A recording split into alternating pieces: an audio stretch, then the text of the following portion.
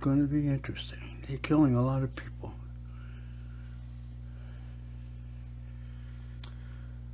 Welcome to Reach Out. Today is October 14th, 2023. With me, as always, my friend and compatriot in social justice, Mr. Bill Jameson. What's up? Yeah.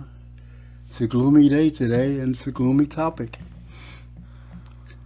Well, I'm surprised because we're always Mr. Sunshine and Captain Feelgood over Yeah, here. right. Yeah. I'm surprised our topic is, one of, gravity and seriousness. But it truly is. And I guess it was really almost right after the show last week. Like, I don't know, I heard about that evening. Well, I was doing the show, actually. Jeez. Yeah. We heard a little bit about it just before we were coming on the air. Because we were raising a question, like, how could they do it? We are talking, of course, about Hamas and Israel. And last Saturday, 1,500 Hamas soldiers, they're calling them terrorists. They call terrorists anybody who opposes them. But just because they're a ragtag army doesn't mean they're not an army. Doesn't mean they're not a skilled army. A skilled army as well. And it's amazing what they were able to do. 1,500 soldiers invaded Israel, southern Israel, and managed to wreak a lot of havoc before retreating back to Gaza. Oh, and we, through the Western media, heard the horror stories of, bursting into people's homes and beheading their babies and all sorts of war crimes. Yeah. We speak of war crimes as if any attack in this day could not be called a war crime. We don't have devoted battlefields anymore where people line up 1,000 on one side per unit and 1,000 per battalion. We don't square off anymore. That is not the way of modern warfare. You mean the trenches of World War I or... Oh, I was going even further back. Foxholes of World War II. You was going further back. Yeah. Revolutionary War. Geez, don't even talk about that. The little drummer boy. Yeah. I mean, if you're talking about a war crime, you're bringing your kids to battle and having them play a drum. Yeah. My God. But the other thing that we always admit in our coverage of it is that we got 75 years of war crimes from Israel to these very people, including, Israel killing 400 and something kids this year so far, in terms of nothing. That a kid might pick up a stone, or a kid might be in the way, or... And this also isn't just direct murder, but in many cases it is starvation. It is blockade. It is. It is keeping water away from the people of Gaza and the people of Palestine. Remember how Israel described its policy? It said they had a certain number of calories that they wanted each individual to get. Not that they would die, but that they would be barely alive. That was a really Israeli policy. That's the way they were treating these people who basically, they occupied in a prison, well, at least since 2006, in terms of that full siege prison, even though they announced all of a sudden that they're going to have a siege of Gaza. They've had a siege of Gaza ever since 2006. It has repeatedly been called the world's largest open-air prison, and for a good reason. You can't escape. You just can't. You can't get out. And that, even the blockade, that's what you meant, started in 2006. Yeah, right. I mean, just imagine if you had the fence on one side and a blockade on the other, and Egypt down below, who I think understandably, within their own national interest, not accepting refugees. They were not accepting refugees. A lot of that had not to do with Israel. A lot of it had to do with the United States. It's been in our policy to try to convince all the Arabs around there to support Israel and to ignore the Palestinians. Egypt, we made some headway. We were making headway recently with Saudi Arabia, Qatar, the UAE. Yeah. Of course, that's all on a different trajectory now. And that's not to say it won't happen, but it's a whole other thing now. It won't happen. This change right now. This is not like '67. This is a change that's really absolutely decisive about what's going to become of Israel and what's going to become of the Middle East. And it's going to be the recognition that our policy over all these years has absolutely failed, and our policy and our support and our money and our guns and our bombs has basically brought about an end to everything that Israel thought it had been. It's gone now. Well, I hope that's a realization. That's a realization. That's a realization people should come to. That's a realization. Period. But if it keeps going this way, it's almost worse. It's almost. I mean, people may make that realization once Palestine's been pushed into the sea. Palestine is where Israel is. You know, one of the recognitions that we have to have is like, who are these fighters? Who are these people fighting Israel? You know, and when we start describing them, we have to go all the way back to 1948. Actually, before 1948, we have to go back to Europe and what they did to the Jews in Europe. We have to go back to the pogroms in 1905 and what happened with the Jews, and how it is that they ended up getting the support of the United Nations under Harry Truman to partition what was Palestine. And not only did they partition Palestine into Palestinian and Israeli, or Palestinian and Jew, they went beyond that.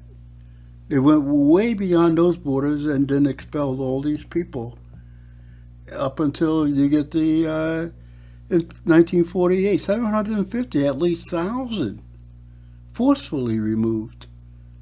You know, people who were living on their ancestral lands, people who were living in the homes that they built with their own hands, were forcefully removed. And this was called the Nakba, or catastrophe. Catastrophe, it was called. And directly. what an appropriate word for it. Yeah. More than 500 villages, 750,000 Palestinians were uprooted. Well, yeah, we can call them Palestinians. They were Palestinians. They were living in Palestine. And thousands were killed. And here is the biggest parallel to me today. Not allowed to return. Yes. There was no right of return, as Yes. was called in later negotiations. Yes, to their homelands. And one of the latest developments in this story is that Israel has ordered 1.1 million Palestinians, possibly more, out of north and central Gaza, saying that they may not return until a second order is issued by Israel, allowing them back to their own lands. Listen to that. Allowing them back to their own land. Right. Permitting them to go home. The parallels are unmistakable. Well, when you talk about that, and then, for example, just recently, just this year, you're talking over 400 kids who were killed in between the West Bank and Gaza by Israeli actions. You know, that's a lot of your children you see die. The fact of the matter is that these people are like regular human beings. If you kill my father, then you've made an enemy of me. You know, if you force my people from their homes, you've made an enemy of me. Just imagine watching that trauma unfold again and again and again and again. It's just not just your father. It could be your uncle. It could be your grandma. Going back to your grandpa. It could be your daughters. At least. It could be. It could be your grandsons. It could be, and you could see also that happening to families and friends to whom you care about. Yes. It's not just you. It's your community. It's your town. It's your village. It's your people. Right.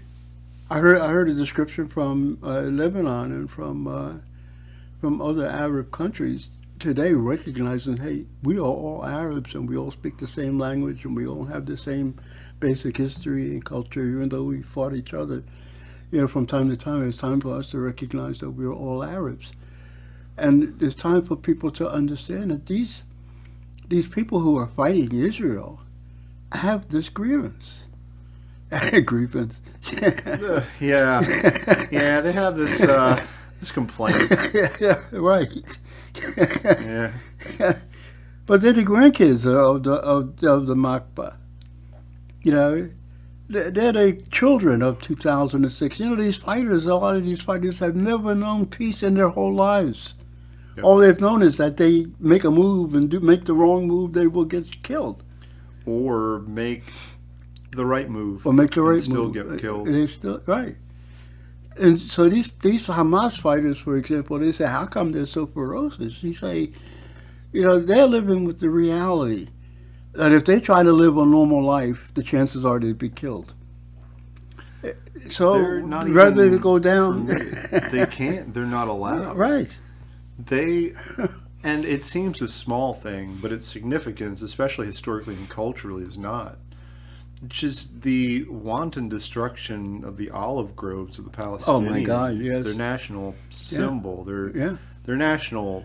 I even call it their national spirit, like that spirit of their people, and to do it, just not out of no good reason, No. just out of spite. Just- Spite is the best Yeah. word I can say for Yeah. it.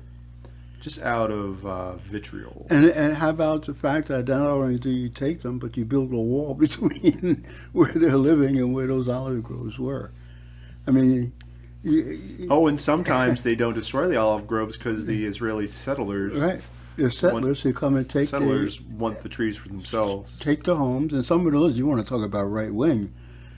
Outside of the certainly many Orthodox, but non-Orthodox who are settlers. I mean, they are really truly right wing. So if you make the choice to be a settler, you know what you're doing. Yes. And you almost undoubtedly have a certain mindset Yes. about what Israelis deserve and what Palestinians don't deserve. So yeah, that makes a ton of sense. And one of the other stories was that they're going around and arming the settlers, because one aspect of the Israeli military is everyone is drafted into the IDF, the Israeli Defense Force. One of the interesting factors as to why they were able to pull this off is that half of the army that used to guard the Gaza border were shipped up to guard the settlers because they pushing in all these new settlements, especially since this last election when all these right-wing people came into office. They made it a statement that they're going to take the settler. They're going to settle. They're going to settle on, excuse me, Palestinian lands, Arab lands. As a matter of policy, they're just taking over. They're just taking over people's homes and kicking them out. And they sent the army there to allow it to happen. And because they sent the army there to allow it to happen, they had fewer soldiers down here guarding this particular border. That's one of the reasons that these only 1,500 guys was able to go through and do what they did. And the response from Israel has been nothing short of catastrophic.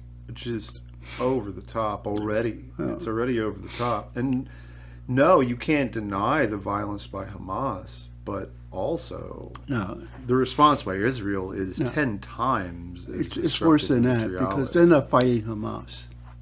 They say they are. They're not fighting Hamas. They're just killing civilians. They're killing women and babies. That's all they're doing. And they're doing it from the air, using our bombs, by the way.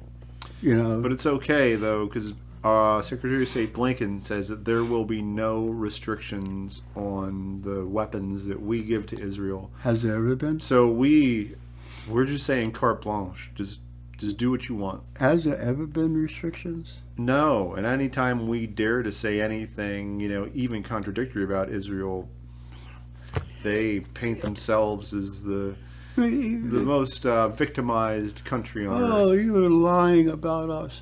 I mean, even before the UN, where we got so many resolutions about the war crimes that were being committed by Israel, they were all ignored because of the power of the United States, the hegemonic nation in the world, who is the closest ally. I mean, it's like Israel was one of our own states, you know.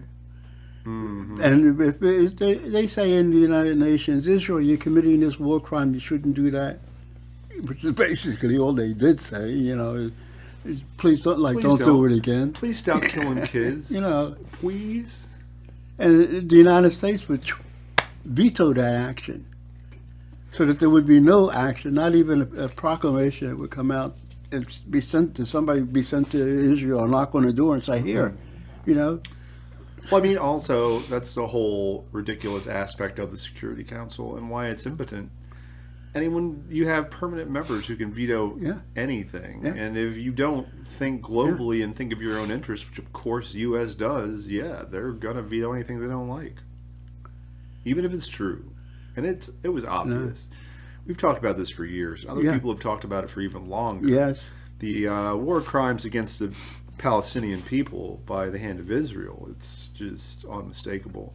But also, even the living situation, what they forced them into, forced them behind a fence and against a sea blockade, and just indiscriminately killing those who dare throw a stone at a fence, picking off kids with sniper rifles.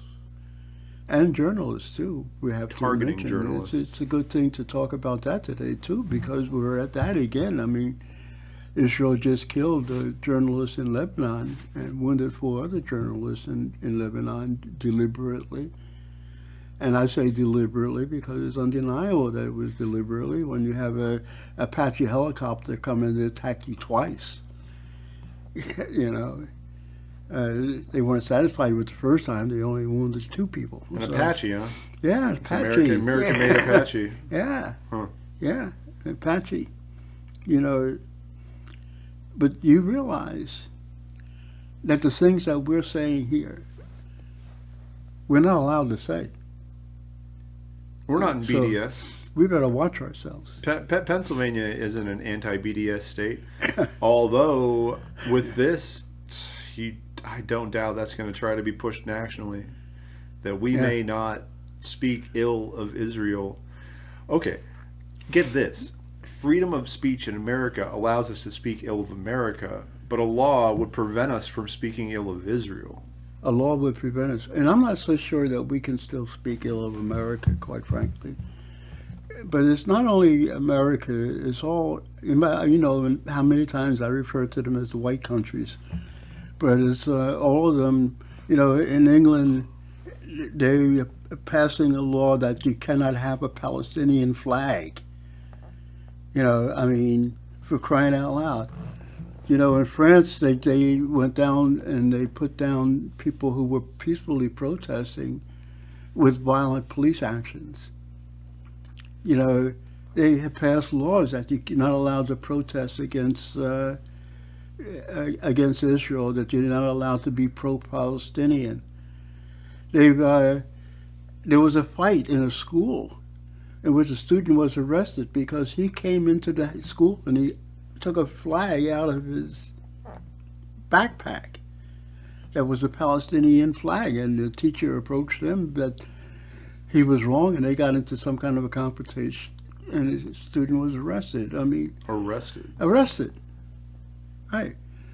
You are seeing laws passed in England and France, and in particular, that you're not allowed to say anything positive about the Palestinians.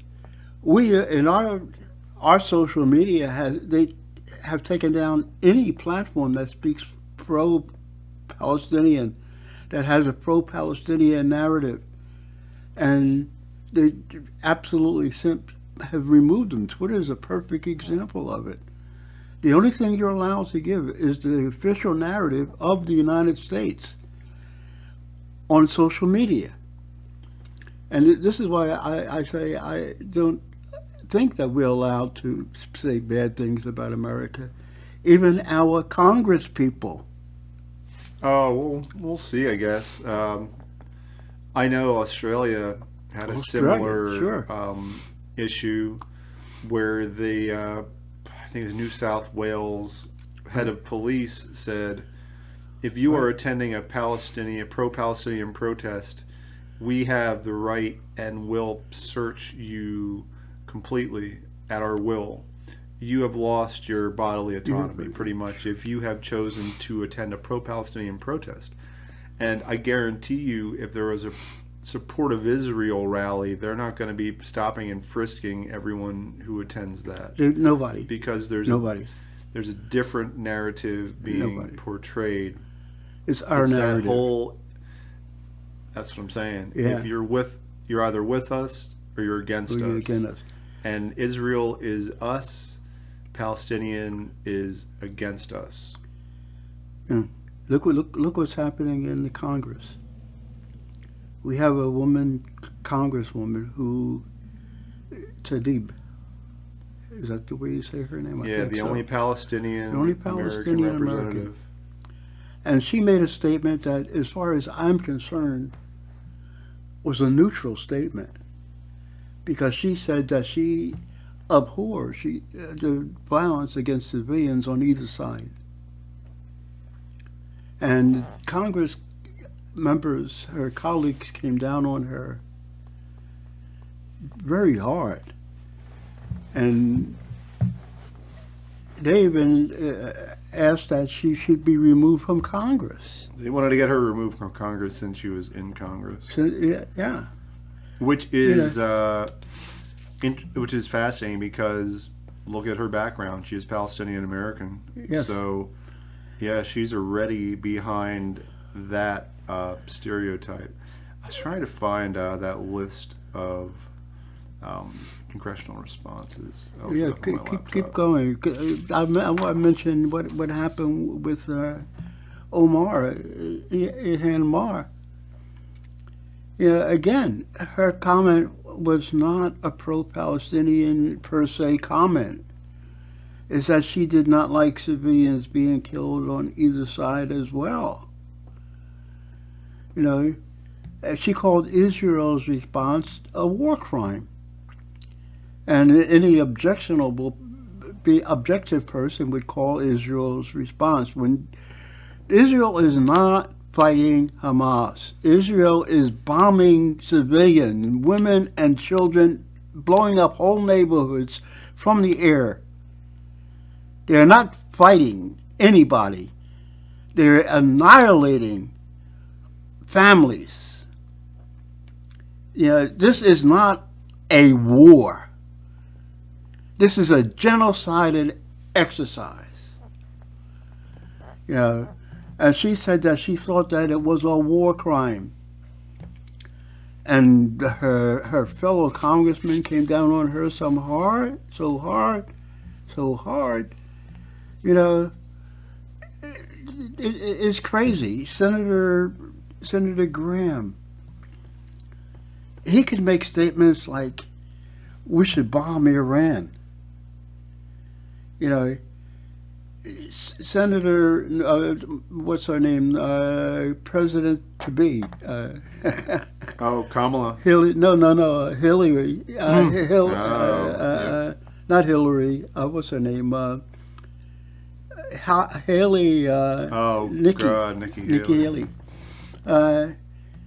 She said that we should finish them off, meaning that we should wipe out all the Palestinians, to go out and to commit genocide against a whole people.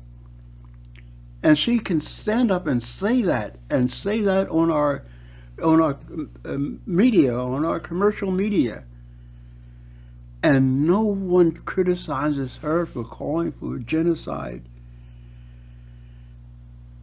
But they say that people who speak neutrally should not be allowed to speak and shouldn't even be in Congress.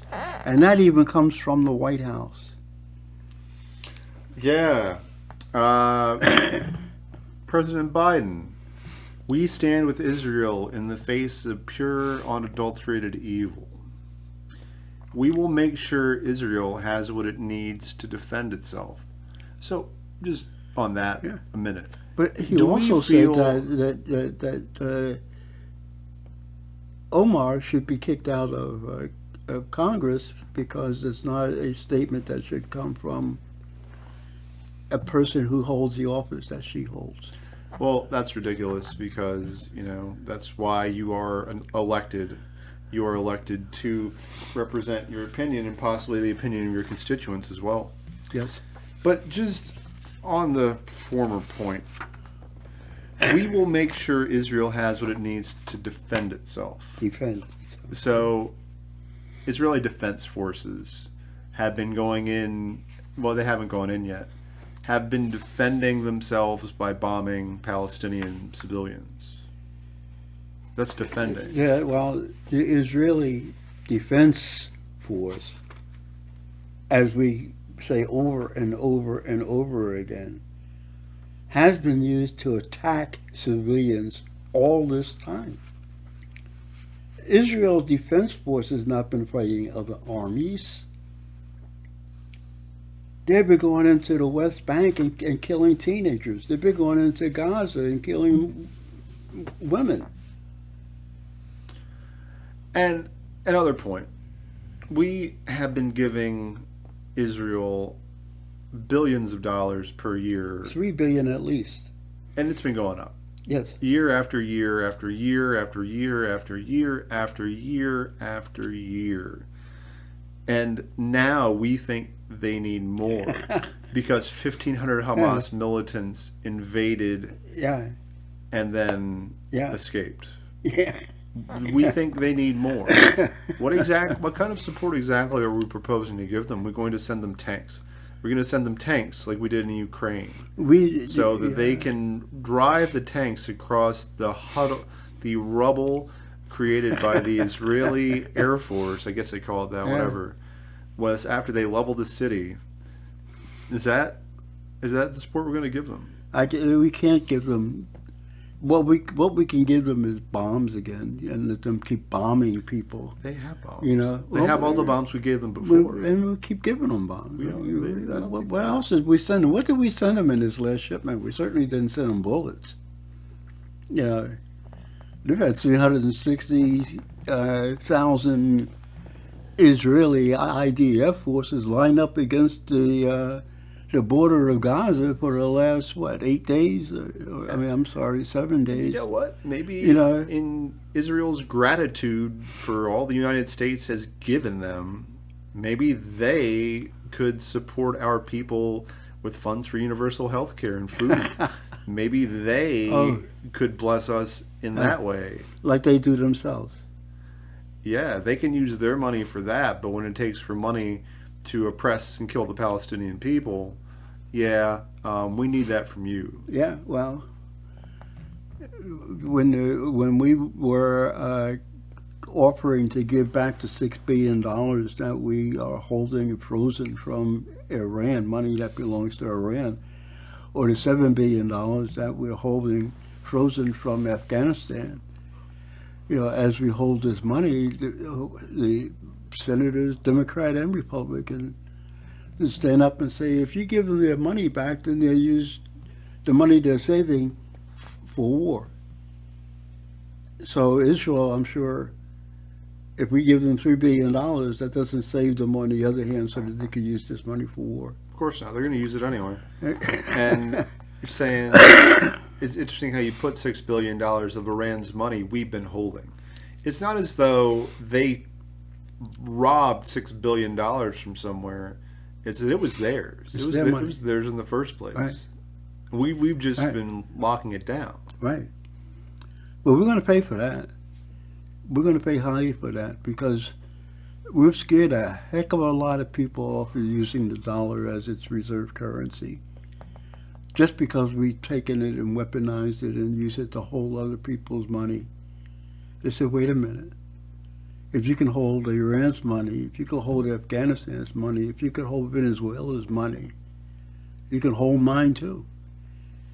I'm going to find something different to do. Why would I give you my money and put for your reserve bank, and you're going to take it and freeze it whenever you want, or you're going to give it to me not as I need it or as I want it, but according to your own whims? Do you think that people will go and keep doing that forever and ever without saying, wait a minute, this is crazy? No. You're talking about Lindsey Graham. I think one of the points he made was fascinating. I think it's incorrect, but I think it's fascinating in that he says this is a religious war. Yeah. We need to, they need to be, he says Hamas, we all know what it means, needs to be wiped off the face of the earth. They need to level the place. The place, see? Yep. The place. That's a misunderstanding or a mischaracteristic or whatever it is that you want to call it. But Gaza is not that place.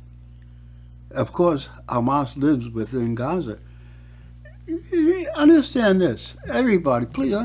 Hamas was invented by Netanyahu going back those years because he was concerned about the Palestinians being led by the PLO and Yasser Arafat. So he invented like a reasonable Hamas moderate now. to oppose them. He seems like, you know. You wish he had him now. Yeah. Peace Prize winner, remember that? Oh, well, so is Obama. Yeah, but him and which one was the prime minister of Israel at that time? Begins with an N. And he got assassinated for trying to make peace, if you recall, by his own people. Just like that Ukrainian guy got assassinated for going and talking peace at the Minsk agreement. Ukraine brought him back and executed him for talking peace. But the same thing happened to,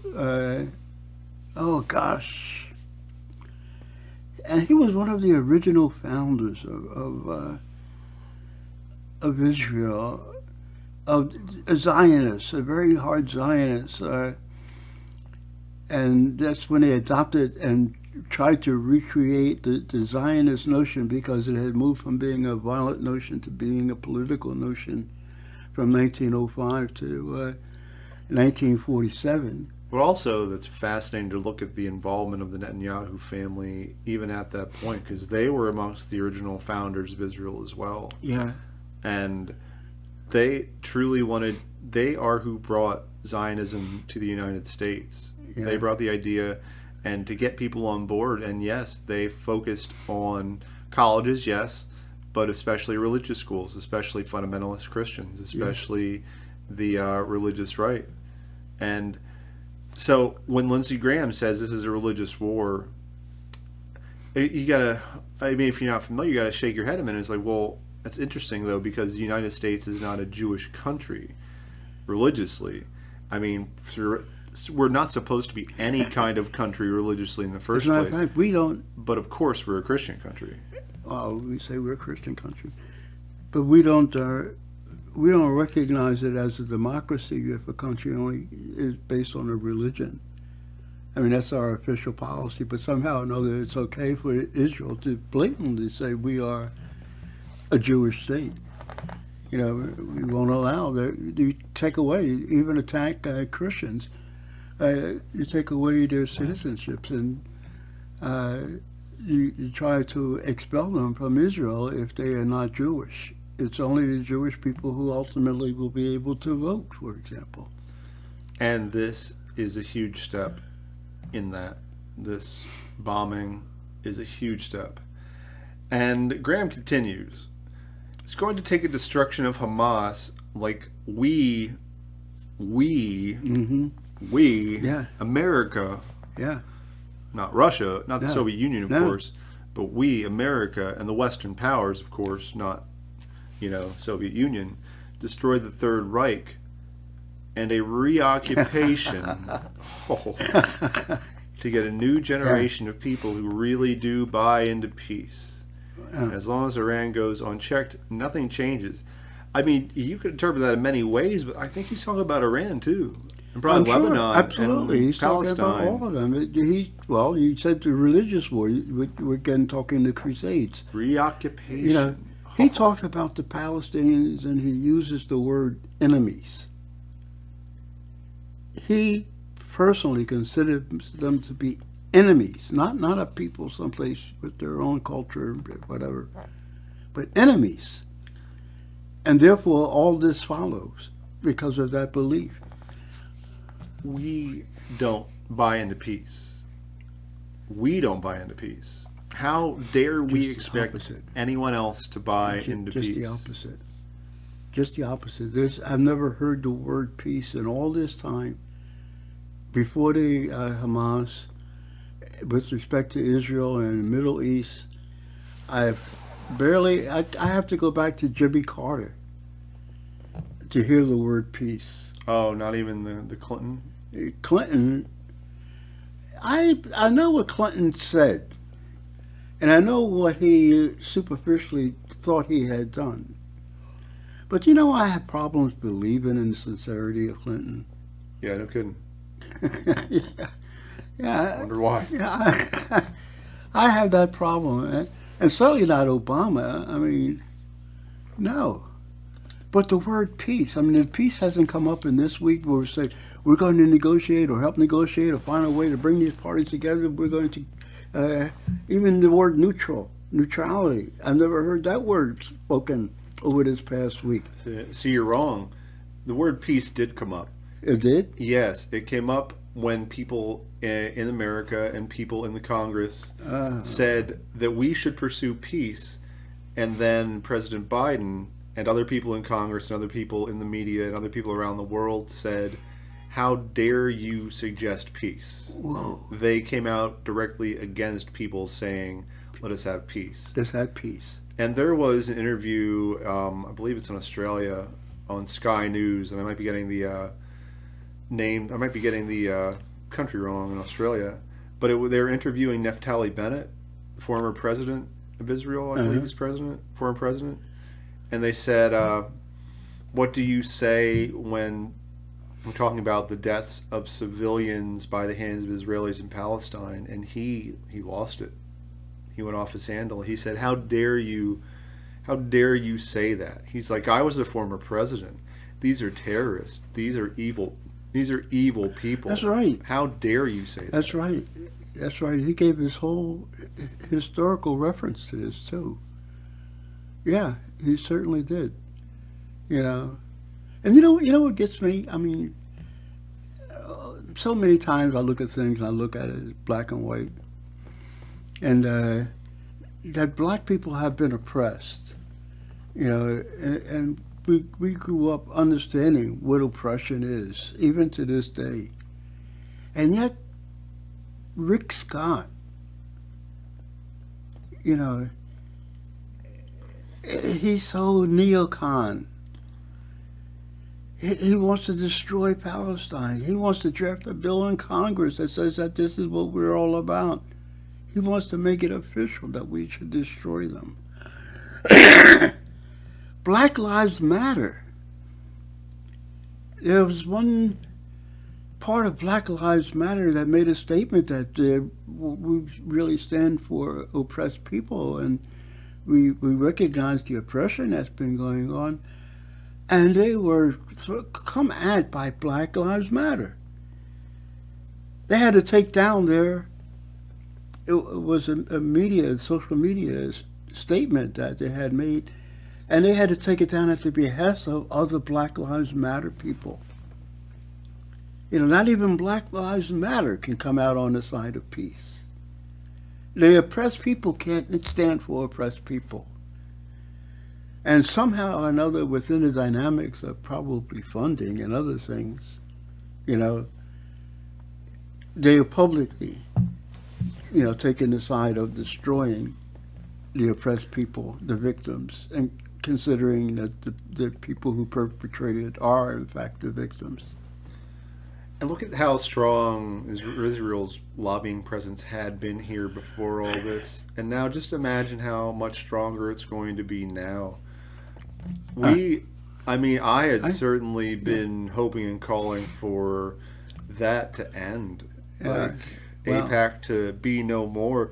Because what? I mean, I know as an American, I'm probably a hypocrite when saying this because we do this all over the world. But how dare another country come into our country and lobby on their behalf and buy our politicians hey, and make rulings that go to the Congress. somehow create a state in America where we must respect and revere Israel even before ourselves. Remember the teachers that got fired? You know, because they supported a boycott. Oh, yeah, but even there was one, I think it was in Missouri, Missouri of all places, tens like, well, I don't know how long, like 10,000 miles away from Israel, Mm. like a long way away. But a teacher refused to answer a question on a questionnaire saying, Yeah, do you oppose the boycott, divest, right, sanction movement for Israel? right, And they just refused to answer. They didn't even say yes or no. They yes, wouldn't answer, and they were fired. right, yeah, okay. I mean, that's who we and that's how we stand. Okay, but we're not standing for a world where people can get along together. Because if we did, with all the power that we have over Israel, our 53rd state, you know, we would have been able to bring about negotiations for peace a long time ago between Palestinians and all the Arabs. Oh, we've done it And before. whenever we've done it, it's worked. You know, and we could have been persistent about that, and none of this would ever have been. Instead of giving weapons and pointing to the enemy, We don't want it. you know. The American people See, may want it, and not all of them, well, certainly. this, I tell you this, this is obviously a very personal opinion, but Israel as we know it will not be there for us to support them after this is over and done with. Either Israel is going to recognize that it gets along with its Arab neighbors, or Israel will fight itself into non-existence. You know, But we'll be right there behind them. well, we are fighting ourselves into non-existence as it is. You know, we're doing this all over the world in different places. We're doing it in Taiwan, and we're doing it in Ukraine, and we're going to continue doing it despite the bad results we get. You know, the fact that we have to run out of Afghanistan with people trying to hang on to airplanes, or leave Vietnam with people trying to hang on to helicopters, and you know, all these embarrassing withdrawals that we've had to make. You know, trying to maintain that we are the power in the world. And we either don't understand power or just don't have any other means to wield our influence, or we just don't know how. We look, we go back and we say, hey, we opened Japan. Remember, we sent gomdots there, and we made them trade. You know, that was our power. We said, you know, if you step foot in Latin America, South America, you know, you're on our turf. You know, that was our power. But, you know, that power is gone. It doesn't exist anymore. We did not win World War II, despite the fact that Well, I don't know. we brag about our that's power. what the movies say. Yeah, okay. We did not win World War One just because we came into it at the time that we came into it with fresh troops. You know, but the fact of the matter is that that kind of warfare doesn't exist anymore. We're not talking 67 where you run across the deserts in tanks and you have superior tanks there for you. A tank is nothing these days, you know. A gunboat is nothing these days. We're going to threaten people by sending the Gerald Ford, an aircraft carrier, and a task force of 10 other ships. And we're supposed to frighten Lebanon, and we're supposed to frighten Iran, you know, with this gunboat diplomacy. they don't give a darn about your ships anymore or your airplanes anymore because they got what the modern warfare is all about, and we didn't. And we've proven that in Iran. Because every time we send a weapon system there saying that this is going to be the know-all, be-all, it gets burned up. Whether it's an Abrams tank or we're not going to send F-16s because we don't want to be embarrassed by the Russian missile system shooting them down. And yeah, let's talk about our. I thought this was a funny way to say it. Our emotional support destroyer that we sent Israel when it was feeling bad. We sent it to the Middle East. Right. So it would be there to pick up all the stray Palestinians who swim out to sea after they're pushed out of their homelands. Mm-hmm. But really, in our minds, we're threatening Iran. We thought we were threatening Iran. I don't know why. I think we think we are. You know what? I'm trying to figure that out. You have Brian Williams over there just watching those missiles. He's like, That's what we used to do. But the thing is, you know who probably more than anybody else has the best missiles in the world outside of Russia is in Iran.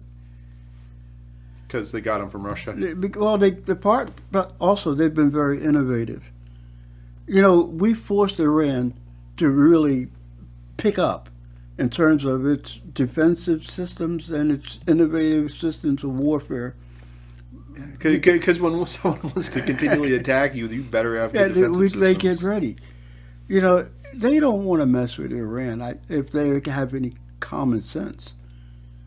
Because Iran has a missile system, and that's what it's all about. One missile, and you have no more aircraft carrier. You have how many thousand American sailors that you've lost because of missiles? They have the missile systems. They will take out that whole task force with missile systems and drones. And some of the most sophisticated drones in the world are being built in Iran as well. Even Russia buys its drones from Iran because they're so good. They're so good that Russia has, in twice couple of weeks, demonstrated. They're trying to tell you, they're trying to give you a lesson. They sent 2 drones to Ukraine. They went all the way across the country and took out 2 jet airplanes. You know, so much for your air power. You know, you're going to put a pilot against a drone? They sent a drone. They sent a drone rather than a person to take out the airplanes in Ukraine all the way across to Kiev. I would hope our pilots could take out a drone. Well, you would hope, but you don't know about these supersonic drones that they got out here that are called kamikazes. You know, well, they would actually send them directly at a plane and just destroy them. They will destroy the plane. Absolutely, they will destroy the plane, and they will fly at speeds that your jets won't match. Because you have people who can't, have their hesitation. Don't forget, hypersonics is the purview of the Russians and the Chinese. You know, not us. We're still trying to get some kind of hypersonic system. And we're so far behind because it costs us too much to build a weapon. Well, yeah, we have that F-35 that doesn't work. Yeah. How many billions? Is it a trillion? It's a trillion, right? Yeah. To spend on that, and we have a state-of-the-art plane that can't fly right. Okay. Well, you're gonna send these systems against Iran? No, you're not. If you have any kind of sense at all, the only thing that you're doing is bluffing, and the people that fall for your bluff are the Americans. The people here, we're the only ones who believe this stuff anymore. We're not intimidating Iran. They're looking at you and laughing. We're not intimidating China. They say you're paper tiger. You know, this is the reality of modern warfare. This is no longer the past. And like we said many times, that our generals and a lot of generals are always prepared to fight the last war. And I think that, like, the better you are, like the most I say the most regressive generals are like 2 or 3 wars back. I'd say the best generals is like they're a little bit ahead, but your average general, they're like 1 war back. They're way back there. In our system planning and policies and whatnot, we're way back there. You know, We haven't caught on as to why we're not winning in Ukraine. We just sent the whole NATO against Russia, one little country that specializes in defense of itself, not offense, of imperialism. It specializes in defense, and consequently, it has a defensive capability that you can't beat them. But we got a president who still thinks he's in the Cold War. He What might a actually stupid still guy. think it's the Cold War.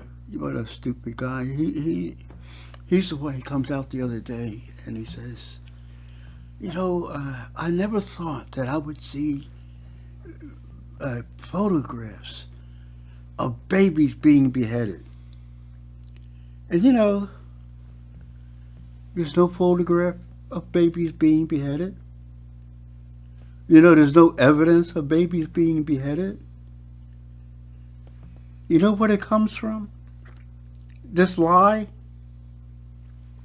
You go all the way back to Kuwait. Oh, I thought you were going to say like tropes of barbarians and people we see as others and subhuman doing these things. Yeah, and then it plays right into our expectations. That's exactly the point. Like, oh, well, these people are heartless. That's exactly the point. They don't care about family or people or babies. They just kill to kill their that's monsters. One of the, what do you call those things? The things that get people excited, like you say, abortion. Wedge issues? Wedge issues. This is a wedge to go to war. In Kuwait, we said the Iraqis came in and they took the babies out of the incubators and threw them on the cold floor. Oh, God. Yeah, people get really hyped up when they talk about babies. They was ready to go. Yeah. But then it turns out that this girl, who's 15-year-old, who said that she was in and saw this, wasn't there at all. She was the daughter of an ambassador to the United States. Mm-hmm. And the whole thing was perpetrated. It was a lie. Mm-hmm. Here comes Donald Trump. Some years later, I saw the babies, the little toddlers, even the beautiful babies, he said. They were being gassed by Syria. And so I'm ordering planes to attack Syria. That's the excuse to attack somebody. And we're using this one again as the excuse to attack somebody. It's a move. What we'll say, the babies were beheaded. The Washington Post had to come out. The Washington Post, God darn it, had to come out and say we were wrong. I was going to say, the Washington Post has been surprisingly okay on this whole story. Man. I wasn't really expecting that one. Yeah. That's one of the weapons of mass destruction. That's another one. The lies we tell to enable us to go to war. And the American people each time, oh yeah, we don't wait for the evidence. So, since you're you're veering us this way, it seems like a perfect time to bring up what I consider like my main theme of today, in that this whole thing just reeks of a 9/11 style justification This for was war. 9/11. Like massive. It's all Pearl Harbor. Exactly. This one. And I'm not saying the death of 1,000 Israelis is small, but one small act that will undoubtedly lead to the deaths and the loss of life and residence and their homeland of hundreds of thousands, if not millions, of Palestinians. Right. It is that small drip that causes the avalanche or the waterfall. Mm-hmm. And you see the media responses, and you see how people are reacting, and you see how Netanyahu is framing it. And you see all these things, and it's so eerily reminiscent of that time right after 9/11. When this is all over, I just can't wait for all the prayer vigils and all the memorials and all the tragedy stories that really are going to try to amp people up for like a larger offensive against Iran and against Palestine. Who is going to fight Iran? You see, this is where we're leading the American people astray, as if we still have the power to take on Iran or take on China or take on Russia. We don't. We could take, okay, if it were only Iran. If it was only Iran, we could do it. I don't think that we could win it. If the very most, we would lose a lot of ships and a lot of people, and then we would sue for peace. But it will never be only Iran. It will never be only Iran, but even just talking about Iran, we can't beat Iran. We can't beat any country that has developed its defenses. We're very awkwardly developing offensive all the time, never defenses because nobody attacks this country. But when you threaten somebody, and you threaten them over and over again, they're going to come up with ways to defend themselves. Israel will be gone if we ever started a war with Iran. Do you know how many missiles they would shoot into Israel? Do you know how many surface-to-ship missiles that they've demonstrated they got? That they would shoot into our ships? We can't just walk over to Iran. We have to get in boats and airplanes. They get shot down. We'll never make it to the battlefield. You know, this is crazy for us to even be thinking in these old terms and not considering what modern systems are. Again, I'm coming back to the drones. Right. If these modern system and means of warfare are somehow eliminate warfare as a whole, wouldn't that be fantastic? That they can defend themselves. That's the thing that Ronald Reagan. He talked about the Star Wars system, where we could defend ourselves against anything that they sent at us. Mm-hmm. Well, then that would be wonderful if every country could defend itself. Yeah, but that was a problem. When I first heard of it, I'm like, oh, I bet this is going to work for everyone. But of course not. No. And of course, this all goes hand in hand with the militarization of space, which me, as a Star Trek nerd, I'm like, nah, that'll never happen. We promised it wouldn't happen. Yeah. We signed agreements that it wouldn't happen. Yeah, but we signed agreements we wouldn't expand NATO. Yeah. We signed agreements that we wouldn't expand our nuclear arsenal or create new tactical nuclear weapons. Yeah. I mean, out of all the countries that signed agreements, renege on them, we're number one. Yeah. But you know, when you talk about that, we can conduct warfare from space. But you know, our whole army and navy and all of our fighting men are dependent on those satellites up there. Yep. And do you know that if you're going to start a war with somebody, they're going to take out that satellite and you won't even get to where you're going. It's cool, though. We got Elon Musk's satellites. We're covered. Yeah.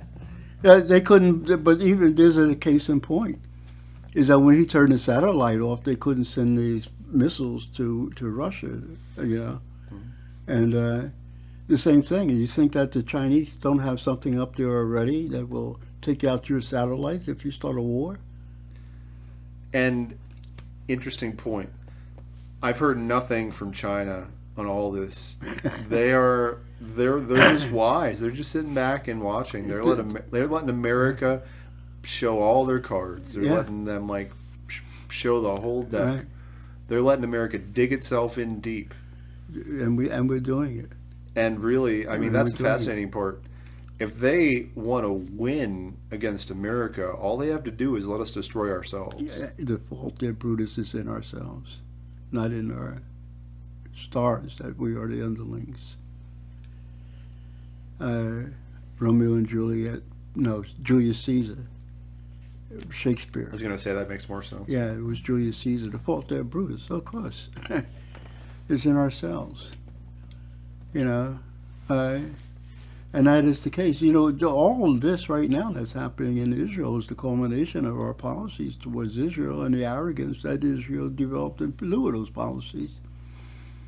You know, we've done over and over and over again. We've had every opportunity not to do it, and we've done it over and over and over again, and this is what it's led to. Oh, we've doubled, tripled, quadrupled, quintupled, sextupled, septupled, octupled, nine-tupled down. I don't know the nine. You know, this false flag question. It's an interesting question. Because it just seems like exactly what Israel was waiting for, exactly what they wanted and needed to go in and finally push the people of Gaza into the sea, as we say, to create a parking lot out of the Gaza Strip Yeah. as to get them all out. And the timing Don't is... forget, don't forget there's natural gas off of Gaza shore. It's a great deal of natural gas off of Gaza shore. So even if not directly directed by Israel,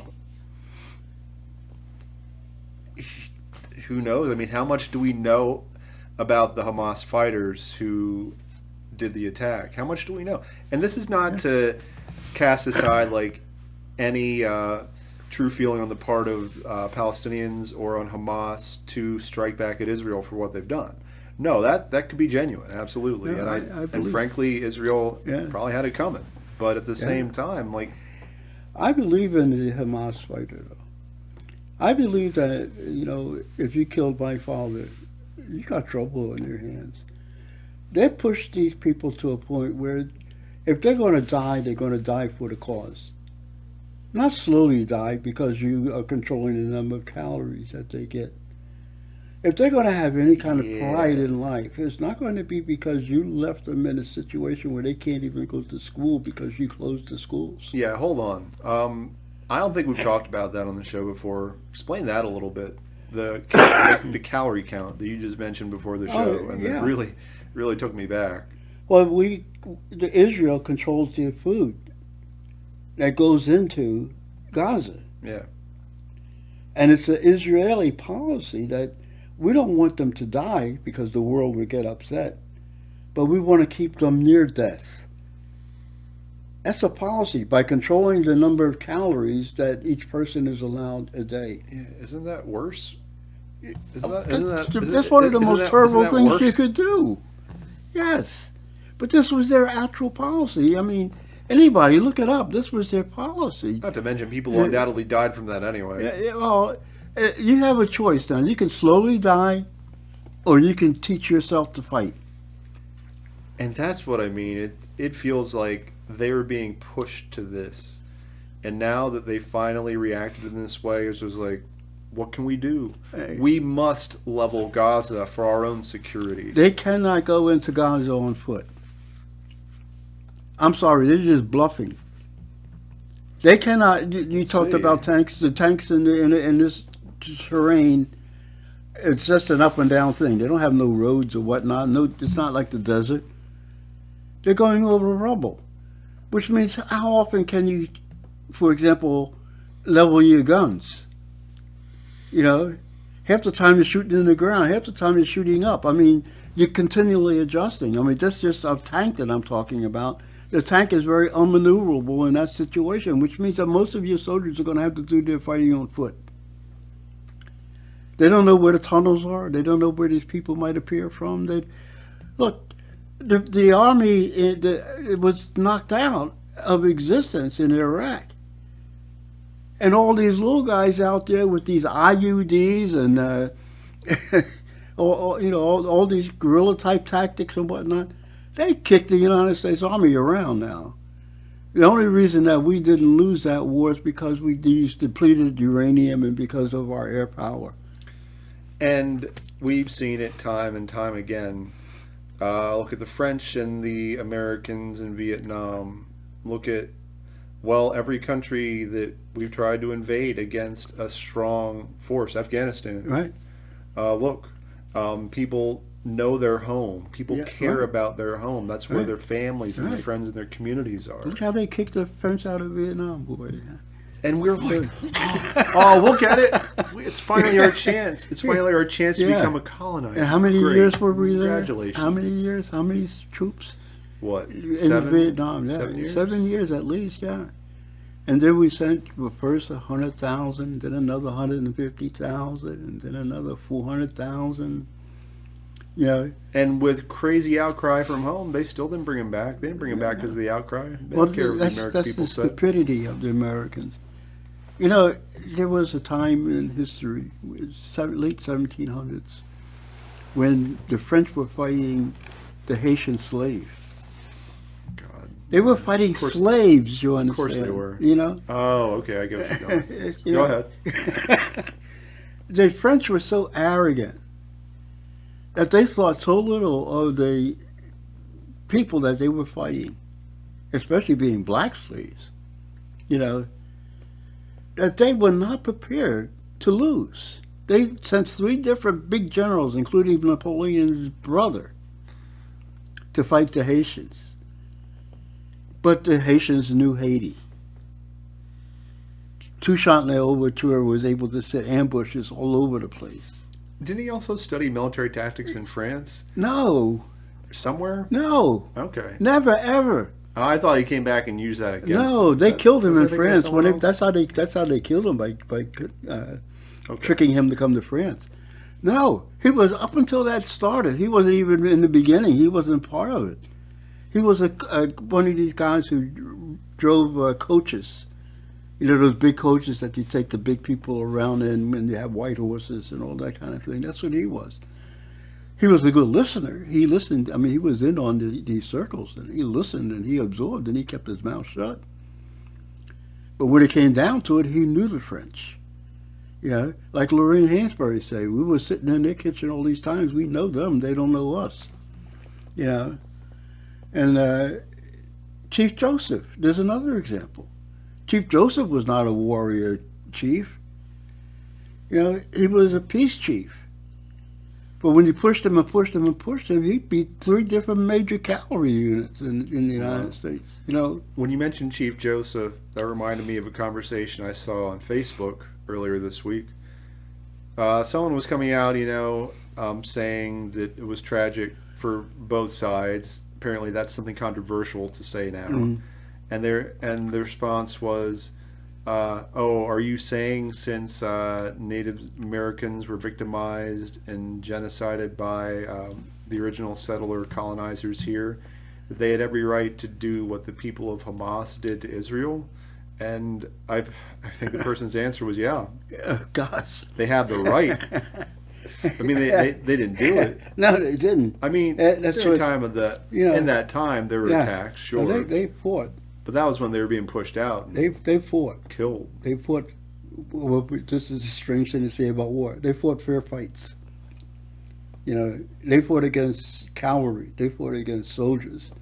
You know, they didn't fight against villages like the Americans did. They didn't burn down villages and babies and bring smallpox and burn up food sources and kill buffalo. And you say they fought fair fights, but yet they faced Gatling guns, Yes, and they faced rifles, and Yeah. they faced cannonballs. right. So it might have been a fair-minded on their side, but facing them, no. No, there was not. Right. No, they fought the fair. No, that reminds me of the story of Germany in the late 19th century going against, I forget the name of the country now, but it's like people were just being fed into a meat grinder. They Yeah. had the huge, the chain guns, yeah. just Uh-huh. slaughtering people Uh-huh. who were facing them. Yeah. Well, It was one of the British and the Mau-Maus. You know, that same situation. It's like they never failed to use the technology that they had against people without it in the most Right. brutal of ways. Right.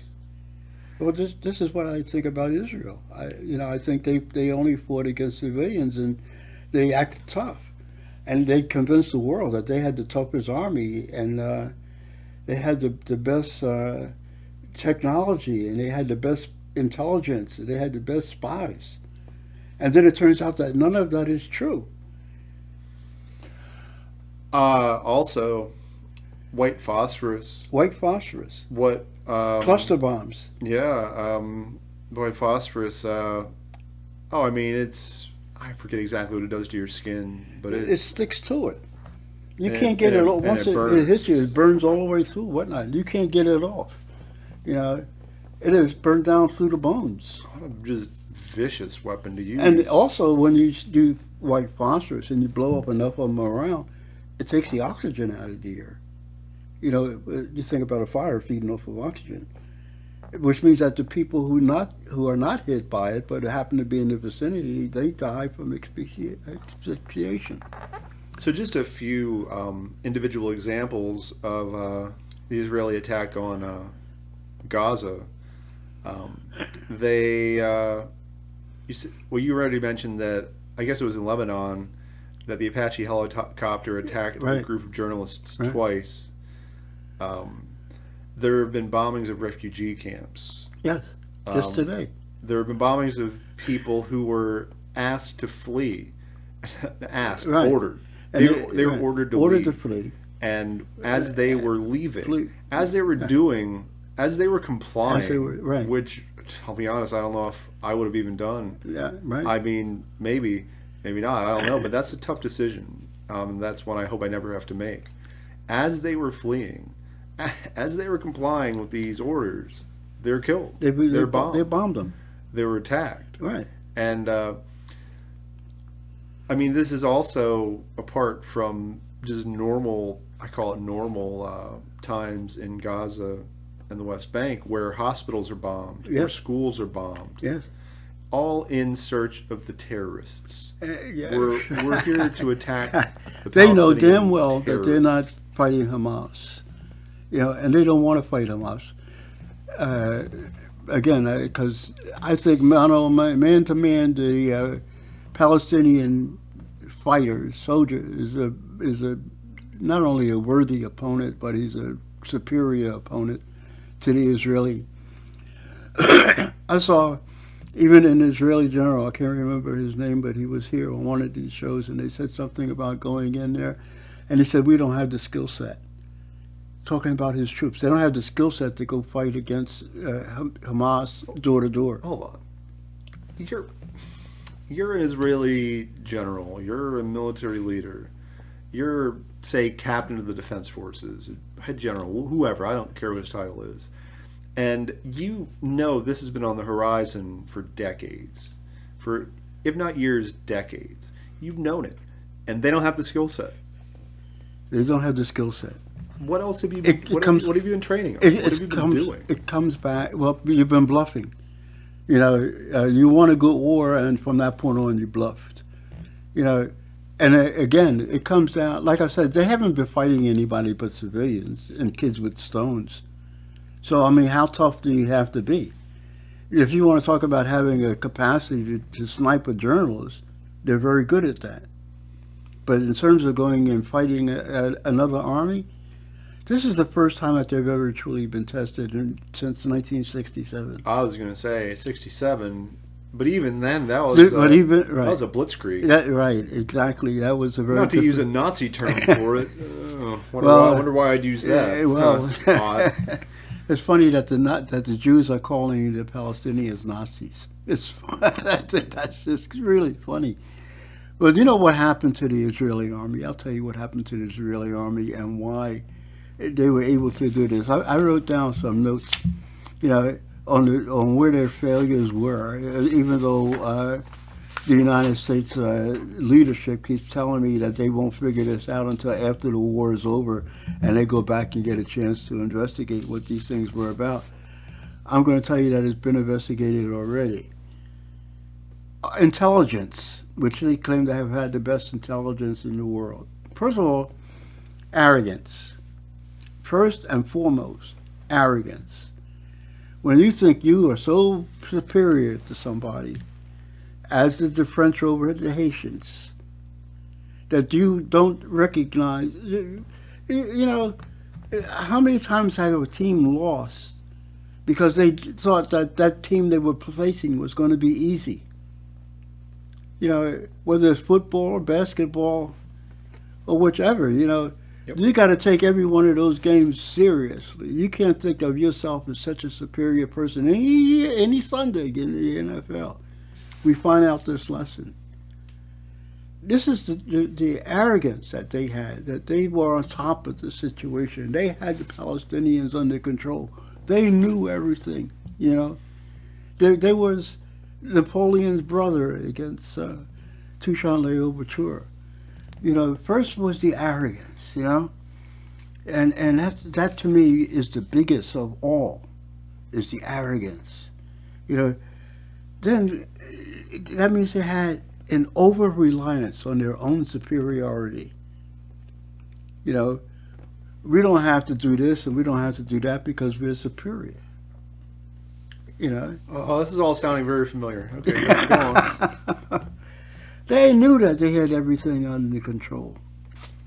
And again, they invented Hamas. Okay, and they supplied Hamas This with really the just funds. keeps sounding more and more familiar. Anyway, go ahead. Okay. Then there's the intelligence, that they were the best intelligence officers in the world, et cetera, et Oh, cetera, et cetera. oh, and you know, when you needed someone to track down your cybercrime, or if you needed some sort of computer-related defense, Uh-huh. oh, those are Israeli computer or cyber contractors. Oh, they're the best. Well, They're top notch. Interesting though how the 1,500 Hamas militants with low-priced drones hacked into what they call the That's Iron right. Dome, got right through it, Correct. and just wreaked havoc. Interesting. it's all, you know, they depended a lot on their technology. They depended on, we hear everything that the Hamas have to say to each other because we know all their cell phone conversations and all that. So what did Hamas Well, do? they talked about phony stuff. Of course it did. Yeah. It's like You know, Intelligence 101. they sent each other letters and sent a runner. And when they got on their cell phones, they said things that weren't true. They acted like they would back down and they were afraid of the Israelis and this and that. And their heads just swelled up, the Israelis, you know. This is Intelligence Gathering 101. I'm not an intelligence expert, but I could have told you that. I think anyone could have told you that. But this is what happened to them. Okay? That's on the intelligence, you know.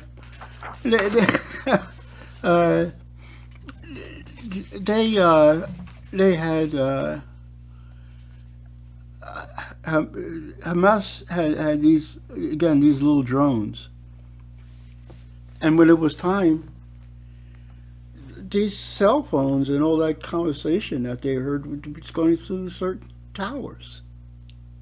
That's the way the technology works. Mhm. So they just took out every one of these towers, and that means that they didn't know anything that they were going on because they had their reliance on this particular kind of technology.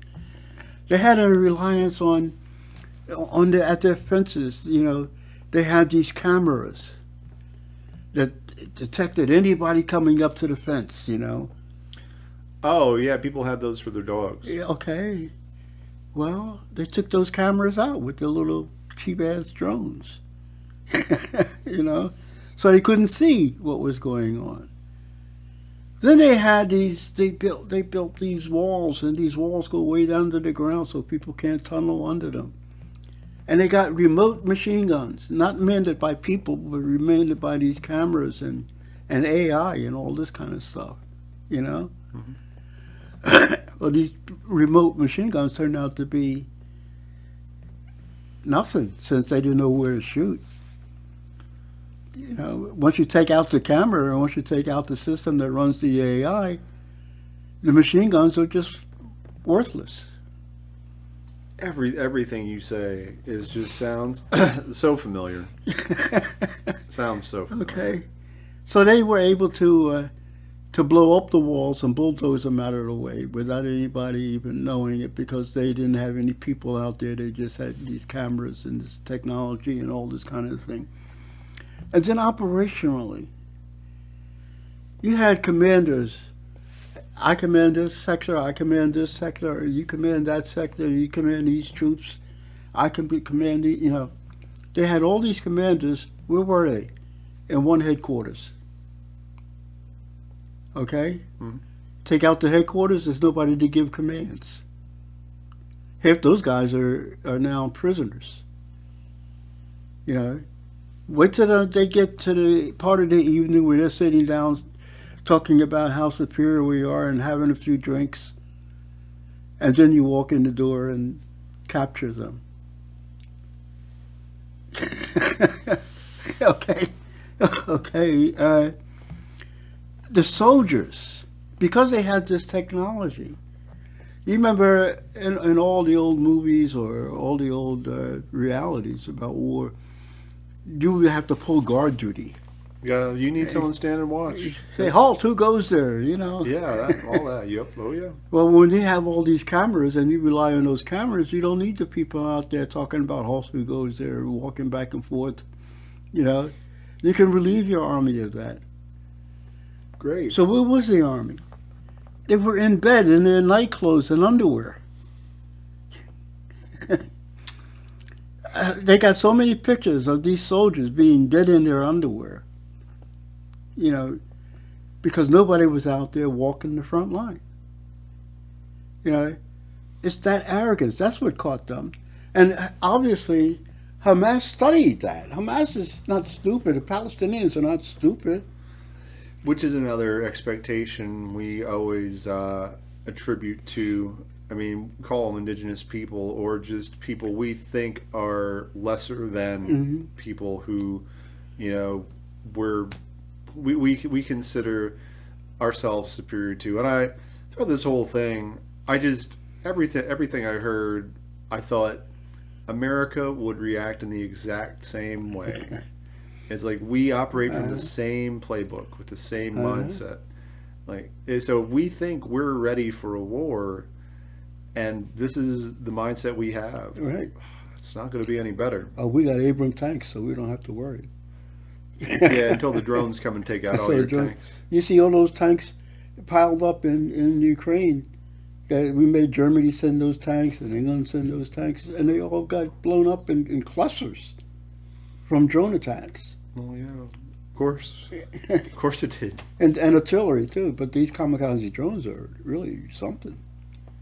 You know, we have some, but they cost so much to make, and we don't make that many because we're busy building F-35s and things, which cost so much to make. More to make, You yeah. know, so that puts us in a weakening position where we tend still to think of ourselves as being superior. It's the arrogance of us that's getting us kicked out of Afghanistan and kicked out of Vietnam and losing in Ukraine. Yeah. We don't want to send the Abram tanks because we would have to admit that to the world that they get blown up just like every other tank. And they have these major disadvantages because they're so expensive and they're so difficult to maintain, and they need a particular kind of fuel, you know. And so we can't send them over there and be embarrassed by the fact that they would be useless on the battlefield. Same thing with the F-35. It would be useless. Same thing with the F-16. Don't forget the Russians' defense system is hypersonic missiles. Hypersonic. 7 times the speed of sound, at least. Yeah. So earlier this week, I was trying to, imagine how this would go over the next few months and few years. I was trying to conceive of it, and at first came to mind it had a real World War I kind of feel. The burgeoning alliances, one kicks off the other, kicks off the other, kicks off the other, and I think that still might be the case. I think this could be, the match that lights the Middle East on fire. But I've thought that before, and it's not happened. Well, I in terms of that point, Iran, the foreign minister of Iran, just like, we sent our Secretary of State Blinken and Lloyd Austin around to talk to these countries. Well, when they talked to those countries, who followed up in discussing things with those countries is the foreign minister of Iran. He went to every one of those countries. You look at the Middle East today, the citizens, the people, are in an uproar. The people of the Middle East have had enough. And whereas the elites and whatnot have been making all these kinds of deals to normalize things and this and that, the people are saying to them, no, you won't. They're saying to them, and every one of these countries had to stand up and cop to this, that if you step a foot in Gaza and have a land war, we're in. If one of those aircraft carriers from the United States sends off one airplane and it kills somebody, Iran is in, and Iran has told you that. That's what Iran is saying today, and believe me, they are serious about it. Well, you got to wonder why, because as I read these quotes, there are actually like over 100 of these, and I mean, they're almost all Republicans who say this, but I'm sure there are a few Democrats too. I'm not reading every one. Iran backed Hamas. Terrorists supported and directed by Hamas. Or by Iran. By Netanyahu. Iran. No, well, he might say that too. But these are all senators and representatives. Uh-huh. Yeah. Yeah, Iranian backed. Iranian backed. Yeah, okay. What does that mean if they're Iranian backed? If they're going to continue to be Iranian backed? It means we're going to use anything as an excuse to get Iran involved in this. And if we do, it's a death throw for us. You know, Qatar was one of those countries that we had on, that we were bringing into this domestic thing. The Qataran people said to their leaders, "You're not going to do this." You know, even the UAE. You know, this is a time when all the people are saying to their leadership, it's time to man up. And if these leaders think that they're going to defy their people and do what the United States wants or Blinken wants, you know, they better think again. You know, this is the time when what they've done is instigated the Arab world. They were piece by piece, you know, trying to develop these agreements and whatnot to get along, and now they've blown it because the people themselves have risen up. In Jordan, there was 100,000 people standing on one street. You know, I mean, then the citizens, the people themselves, it's not about the leadership anymore. The leadership is going to be directed by the people, not by the hegemonic ruler of the world. Which means that ultimately, if you start an extended war, you're going to have to fight all the Arab countries, United States and Israel. And why do I not include the Germany and France and all those? Is because we destroyed them with the war in Ukraine. We depleted their weapons with the war in Ukraine. We destroyed their economies with the war in Ukraine. You know, they can talk a good talk, but they got nothing to give. Here's a good one. J.D. Vance of Ohio, carpetbagger, recently elected by technocrats. We must unequivocally condemn these heinous acts of violence against innocent civilians and the Iranian regime for funding the terrorists who carry them out. But no, I think you're right, and in a lot of ways, I prefer it. I prefer it just to be on the backs of the people. But these people have been so manipulated and pushed around that outcome is that's absolutely going to be anyone's guess. The thing is, you have pushed them too far. You know, I was like Chief Joseph. I mean, Chief Joseph was a peace chief. But when you pushed him too far, he became a warrior chief. Toussaint Louverture was a coachman, and he was working for the white people until they pushed this thing too far, and it became a general.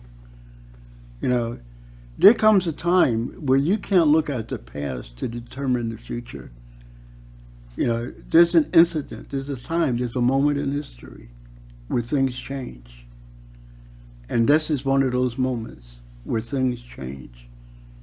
You know, and you watch the news from around the world. South Africa, Africans. You know, South Africa says, you know, we had to fight about apartheid here. You think we're going to accept apartheid up there? You know, not that South Africa can bring a lot of manpower or anything like that to the battlefield. They won't. But I'm talking about the attitudes. The word that came to mind, I just wanted to check the definition to make sure I wasn't an idiot. Fulcrum. Fulcrum. The pivot point. The pivot, yeah. Like this could be one of those fulcrum points, one of those this points of pivot. This is it. Yeah. So, the story isn't over by a long shot, and we'll undoubtedly come back to it and talk about it next week. But for now, honestly, I just hope for as little violence and death as possible, and to somehow sort this out peacefully. But I don't see that coming. We're the ones who would have to do it. You know, we don't want to, and we don't want to, right? And the Israelis are so stupid. I mean, why the hell would you start a war with Lebanon? You know, you think that the United States aircraft carrier there gives you immunity to do whatever the hell you want, like it had in the past. You know, but they don't recognize when the Iranians kicked the United States out of the Persian Gulf, basically. You know, they don't remember why that happened. It happened because of the new systems. You know, the aircraft carrier is not what it was in World War II. Also, you have it stuck in the Mediterranean. Where's it going to go? Where's it going to go? Where's it going to go? You're not anyway Yeah. maneuverable in the high seas. You're in a small sea. Yeah, I don't know how deep it is. deep enough to take your ship. Yeah, that's what I'm saying. So undoubtedly, we'll return to this next week because it will not be over. But for now, Oh, is it time? oh yeah. For Bill Jameson, my name is Justin Geist. Thanks for listening and watching. This has been Reach Out. Hey, peace, y'all. Really. Yeah, for We real. mean peace.